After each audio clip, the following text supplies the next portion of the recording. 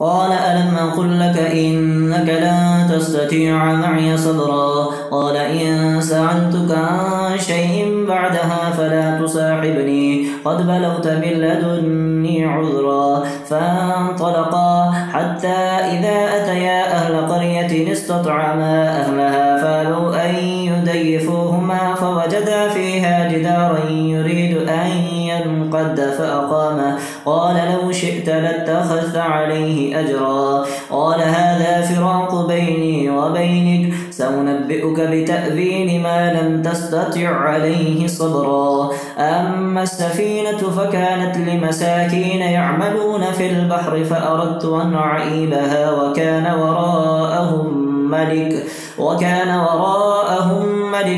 يأخذ كل سفينة غصبا وأما الغلام فكان أبواه مؤمنين فخشينا أن يرهقهما طغيانا وكفرا فأردنا أن يبدلهما ربهما خيرا منه زكاة وأقرب رحما وأما الجدار فكان لغلامين يتيمين في المدينة وكان تحته كنز لهما وكان أبوهما صالحا فأراد ربك أن يبلغا أشدهما ويستخرجا كنزهما رحمة من ربك وما فعلته عن أمري ذلك تأويل ما لم تستطع عليه صبرا ويسألونك عن ذي القرنين قل سأتلو عليكم منه ذكرا إنا مكنا له في الأرض وآتيناه من كل شيء سببا فأتبع سببا حتى إذا بلغ مغرب الشمس وجدها تغرب في عين حمية ووجد عندها قوما قلنا يا ذا القرنين إما أن تعذب وإما أن تتخذ فيهم حسنا قال أما من ظلم فسوف نعذبه ثم يرد إلى ربه فيعذبه عذابا نكرا وأما من آمن وعمل صالحا فله جزاء الحسنى وسنقول له من أمرنا يسرا ثم أتبع سببا حتى إذا بلغ مطلع الشمس وجدها تطلع على قوم لم نجعل لهم من دونها سترا كذلك وقد أحطنا بما لديه خبرا ثم أتبع سببا حتى إذا بلغ بين السدين وجد من دونهما قوما لا يكادون يفقهون قولا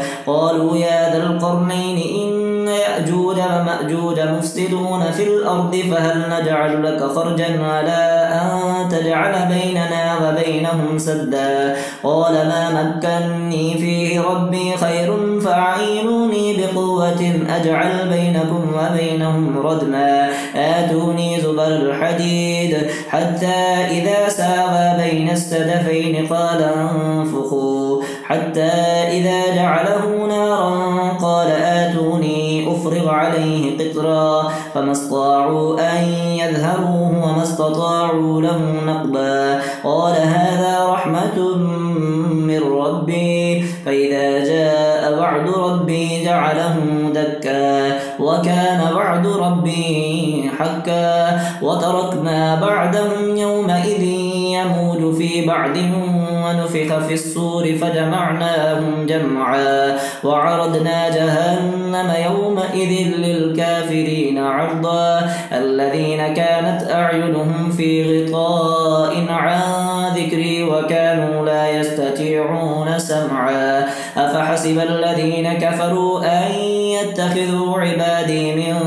دوني أولياء إنا أعتدنا جهنم للكافرين نزلا قل هل ننبئكم بالأخسرين أعمالا الذين ضل سعيهم في الحياة الدنيا وهم يحسبون أنهم يحسنون صنعا أولئك الذين كفروا بآيات ربهم ولقائه فحبطت أعمالهم فلا نقيم لهم يوم القيامة وزنا ذلك جزاؤهم جهنم بما كفروا واتخذوا آياتي ورسلي هزوا إن الذين آمنوا وعملوا الصالحات كانت لهم جنات الفردوس نزلا خالدين فيها لا يبغون عنها حولا قل لو كان البحر مدادا لكلمات ربي لنفد البحر قبل أن تنفد كلمات ربي ولو جئنا بمثله مددا قل إنما أنا بشر مثلكم يوحى إلي أنما إلهكم إله واحد فمن كان يرجو لقاء ربه فليعمل عملا صالحا ولا يشرك بعبادة ربه أحدا. بسم الله الرحمن الرحيم كافها يا عين صاد ذكر رحمة ربك عبده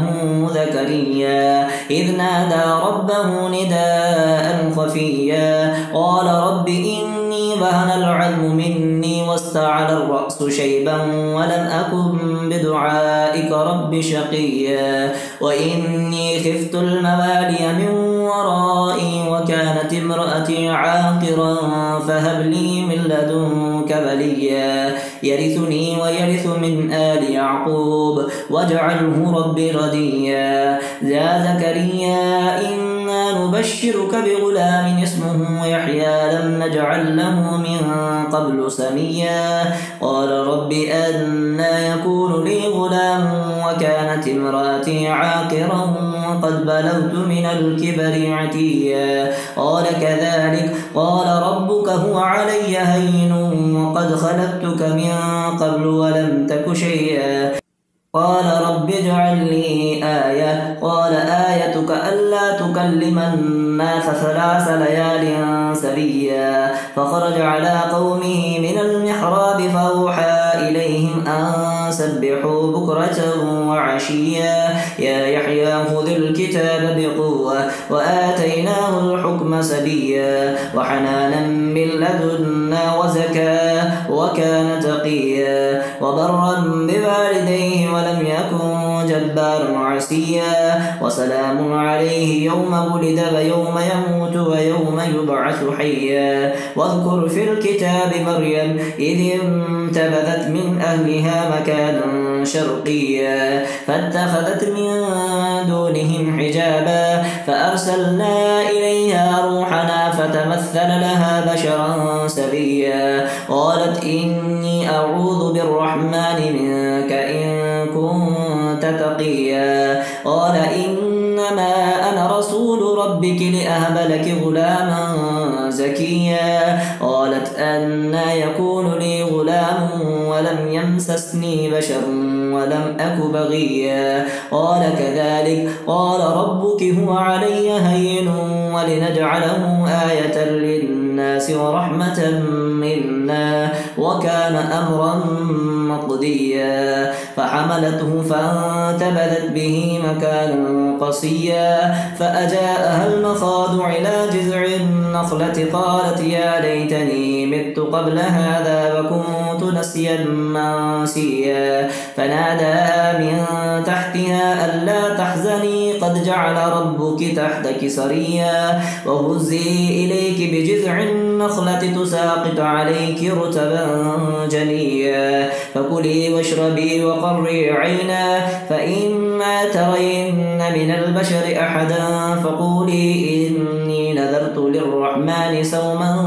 فلن أكلم اليوم إنسيا فأتت به قومها تحمله قالوا يا مريم لقد جئت شيئا فريا يا أخت هارون ما كان أبوك امرأ سوء وما كانت أمك بغيا فأشارت إليه قالوا كيف نكلم من كان في المهد سبيا قال إني عبد الله آتاني الكتاب وجعلني نبيا وجعلني مباركا أينما كنت وأوصاني بالصلاة والزكاة ما دمت حيا وبرا بوالدتي ولم يجعلني جبارا شقيا والسلام علي يوم ولدت ويوم أموت ويوم أبعث حيا ذلك عيسى ابن مريم قول الحق الذي فيه يمترون ما كان لله أن يتخذ من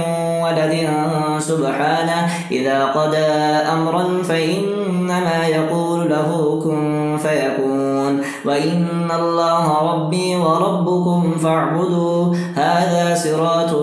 مستقيم فاختلف الأحزاب من بينهم فويل للذين كفروا من مشهد يوم عظيم أسمع بهم وأبصر يوم يأتوننا لكن الظالمون اليوم في ضلال مبين وأنذرهم يوم الحسرة إذ قضي الأمر وهم في غفلة وهم لا يؤمنون إنا نحن نرث الأرض ومن عليها وإلينا يرجعون واذكر في الكتاب إبراهيم إنه كان صديقا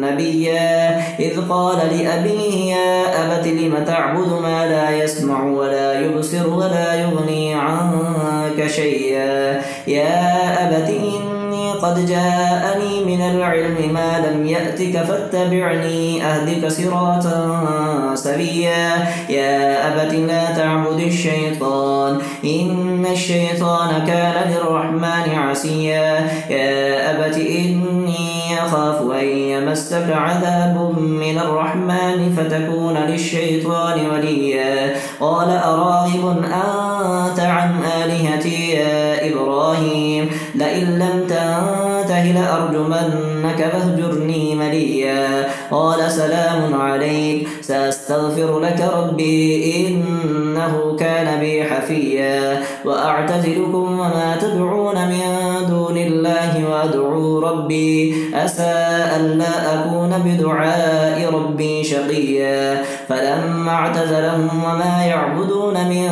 دون الله وهبنا له إسحاق ويعقوب وكلا جعلنا نبيا ووهبنا لهم من رحمتنا وجعلنا لهم لسان صدق عليا واذكر في الكتاب موسى إنه كان مخلصا وكان رسولا نبيا وناديناه من جانب الطور الأيمن وقربناه نجيا ووهبنا له من رحمتنا أخاه هارون نبيا واذكر في الكتاب إسماعيل إنه كان صادق الوعد وكان رسولا نبيا وكان يأمر أهله بالصلاة والزكاة وكان عند ربه مرضيا واذكر في الكتاب إدريس إنه كان صديقا نبيا ورفعناه مكانا عليا أولئك الذين أنعم الله عليهم من النبيين من ذرية آدم وممن حملنا مع نوح ومن ذرية إبراهيم وإسرائيل وممن هدينا واجتبينا إذا تتلى عليهم آيات الرحمن خروا سجدا وبكيا فخلف من بعدهم خلف أضاعوا الصلاة واتبعوا الشهوات فسوف يلقون غيا إلا من تاب وآمن وعمل صالحا فأولئك يدخلون الجنة ولا يظلمون شيئا جنات عدن التي وعد الرحمن عباده بالغيب إنه كان وعده مأتيا لا يسمعون فيها لغوا إلا سلاما ولهم رزقهم فيها بكرة وعشيا تلك الجنة التي نورث من عبادنا من كان تقيا وما نتنزل إلا بأمر ربك له ما بين أيدينا وما خلفنا وما بين ذلك وما كان ربك نسيا رب السماوات والأرض وما بينهما فاعبده واستبر لعبادته هل تعلم له سميا ويقول الإنسان أئذا ما مت لسوف أخرج حيا أفلا يذكر الإنسان أنا خلقناه من قبل ولم يك شيئا فوربك لنحشرنهم والشياطين ثم لنحضرنهم حول جهنم جثيا ثم لننزعن من كل شيعة أيهم أشد على الرحمن عتيا ثم ثم لنحن أعلم بالذي هم أولى بها صليا وإن منكم إلا واردها كان على ربك حتما مقضيا ثم ننجي الذين اتقوا ونذر الظالمين فيها جثيا وإذا تتلى عليهم آياتنا بينات قال الذين كفروا للذين آمنوا أي الفريقين خير مقاما وأحسن نديا وكم أهلكنا قبلهم من قرن أحسن أثاثا ورئيا قل من كان في الضلالة فليمدد له الرحمن مدا حتى إذا رأوا ما يوعدون إما العذاب وإما الساعة فسيعلمون من هو شر مكانا وأضعف جندا ويزيد الله الذين اهتدوا هدى والباقيات الصالحات خير عند ربك ثوابا وخير مردا أفرأيت الذي كفر بآياتنا وقال لأوتين مالا وولدا اطلع الغيب أم اتخذ عند الرحمن أهدا كلا سنكتب ما يقول ونمد له من العذاب مدا ونرثه ما يقول ويأتينا فردا واتخذوا من دون الله آلهة ليكونوا لهم عزا كلا سيكفرون بعبادتهم ويكونون عليهم زدا ألم تر أنا أرسلنا الشياطين على الكافرين تؤزهم أزا فلا تعجل عليهم إنما نعد لهم عدا يوم نحشر المتقين إلى الرحمن وفدا ونسوق المجرمين إلى جهنم وردا لا يملكون الشفاعة إلا من اتخذ عند الرحمن أهدا وقالوا اتخذ الرحمن ولدا لقد جئتم شيئا إدا تكاد السماوات يتفطرن منه وتنشق الأرض وتخر الجبال هدا أن دعوا للرحمن ولدا وما ينبغي للرحمن أن يتخذ ولدا إن كل من في السماوات والأرض إلا آتي الرحمن عبدا لقد أحصاهم وعدهم عدا وكلهم آتيه يوم القيامة فردا إن الذين آمنوا وعملوا الصالحات سيجعل لهم الرحمن ودا فإنما يسرناه بلسانك لتبشر به المتقين وتنذر به قوما لدا وكم أهلكنا قبلهم من قرن هل تحس منهم من أحد أو تسمع لهم ركزا بسم الله الرحمن الرحيم طه ما أنزلنا عليك القرآن لتشقى إلا تذكرة لمن يخشى تنزيلا ممن خلق الأرض والسماوات العلى الرحمن على العرش استوى له ما في السماوات وما في الأرض وما بينهما وما تحت الثرى وإن تجهر بالقول فإنه يعلم السر وأخفى الله لا إله إلا هو له الأسماء الحسنى وهل أتاك حديث موسى إذ رأى نارا فقال لأهلهم كثوا إني آنست نارا لعلي آتيكم منها بقبس أو أجد على النار هدى فلما أتاها نودي يا موسى إني أنا ربك فاخلع عليك إنك بالواد المقدس طوى وأنا اخترتك فاستمع لما يوحى إنني أنا الله لا إله إلا أنا فاعبدني وأقم الصلاة لذكري إن الساعة آتية أكاد أخفيها لتجزى كل نفس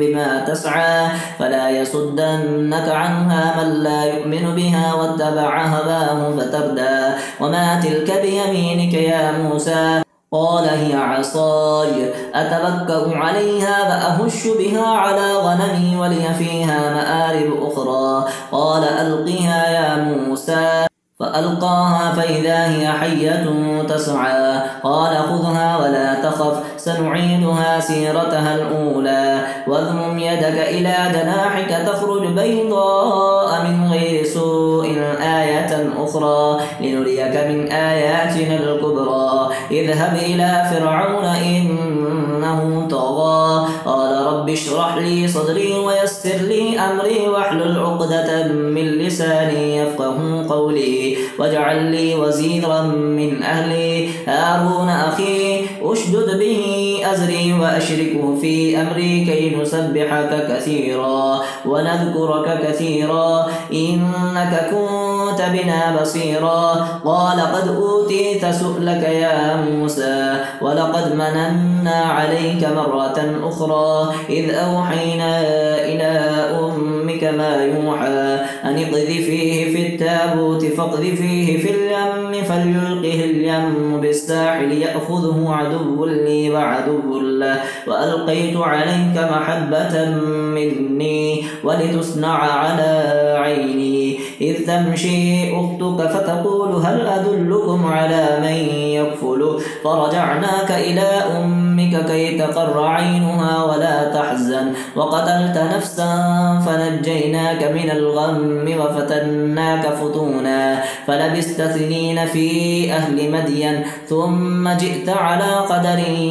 يا موسى واصطنعتك لنفسي اذهب أنت وأخوك بآياتي ولا تنيا في ذكري اذهبا إلى فرعون إنه طغى فقولا له قولا لينا لعله يتذكر ويخشى. قالا ربنا إننا نخاف أن يفرط علينا أو أن يطغى قال لا تخافا إنني معكما أسمع وأرى فأتياهم فقولا إنا رسولا ربك فأرسل معنا بني إسرائيل ولا تعذبهم قد جئناك بآية من ربك والسلام على من اتبع الهدى إنا قد أوحي إلينا أن العذاب على من كذب وتولى. قال فمن ربكما يا موسى قال ربنا الذي أعطى كل شيء خلقه ثم هدى. قال فما بال القرون الأولى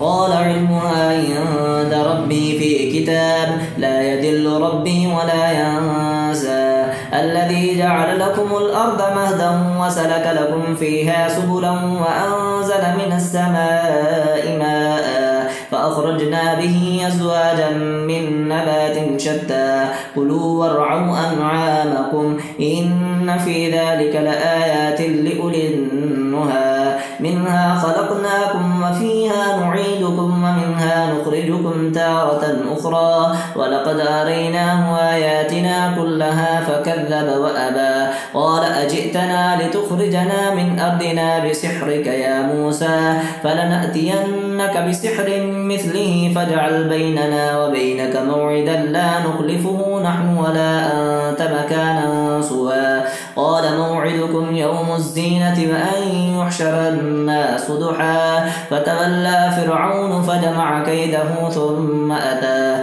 قال لهم موسى ويلكم لا تفتروا على الله كذبا فيسحتكم بعذاب وقد خاب من افترى. فتنازعوا أمرهم بينهم وأسروا النجوى قالوا إن هذان لساحران يريدان أن يخرجاكم من أرضكم بسحرهما ويذهبا بطريقتكم المثلى فأجمعوا كيدكم ثم أتوا صفا وقد أفلح اليوم من استعلى. قالوا يا موسى إما أن تلقي وإما أن نكون أول من ألقى قال بل ألقوا فإذا حبالهم وعصيهم يخيل إليه من سحرهم أنها تسعى فأوجس في نفسه خيفة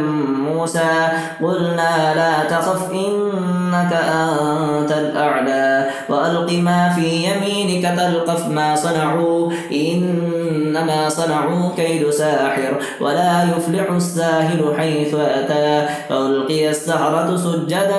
قالوا آمنا برب هارون وموسى. قال آمنتم له قبل أن آذن لكم إنه لكبيركم الذي علمكم السحر فلأقطعن أيديكم وأرجلكم من خلاف ولأصلبنكم في جذوع النخل ولتعلمن أينا أشد عذابا وأبقى. قالوا لن نؤثرك على ما جاءنا من البينات والذي فطرنا فاقض ما أنت قاد إنما تقضي هذه الحياة الدنيا إنا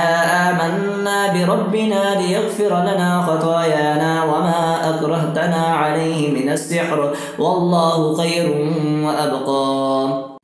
إنه من يأت ربه مجرما فإن له جهنم لا يموت فيها ولا يحيا ومن يأته مؤمنا قد عمل الصالحات فأولئك لهم الدرجات العلى جنات عدن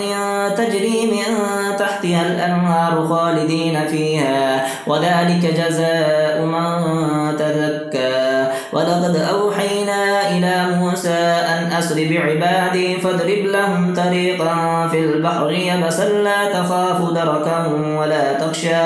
فأتبعهم فرعون بجنوده فغشيهم من اليم ما غشيهم وأذل فرعون قومه وما هدى يا بني إسرائيل قد أنجيناكم من عدوكم وباعدناكم جانب الطور الأيمن ونزلنا عليكم المن والسلوى كلوا من طيبات ما رزقناكم ولا تطغوا فيه فيحل عليكم غضبي ومن يحلل عليه غضبي فقد هبى وإني لغفار لمن تاب وآمن وعمل صالحا ثم اهتدى وما أعجلك عن قومك يا موسى قال هم أولئك على أثري وعجلت إليك رب لترضى قال فإنا قد فتنا قومك من بعدك وأذلهم السامري فرجع موسى إلى قومه غضبان أسفا قال يا قوم ألم يعدكم ربكم وعدا حسنا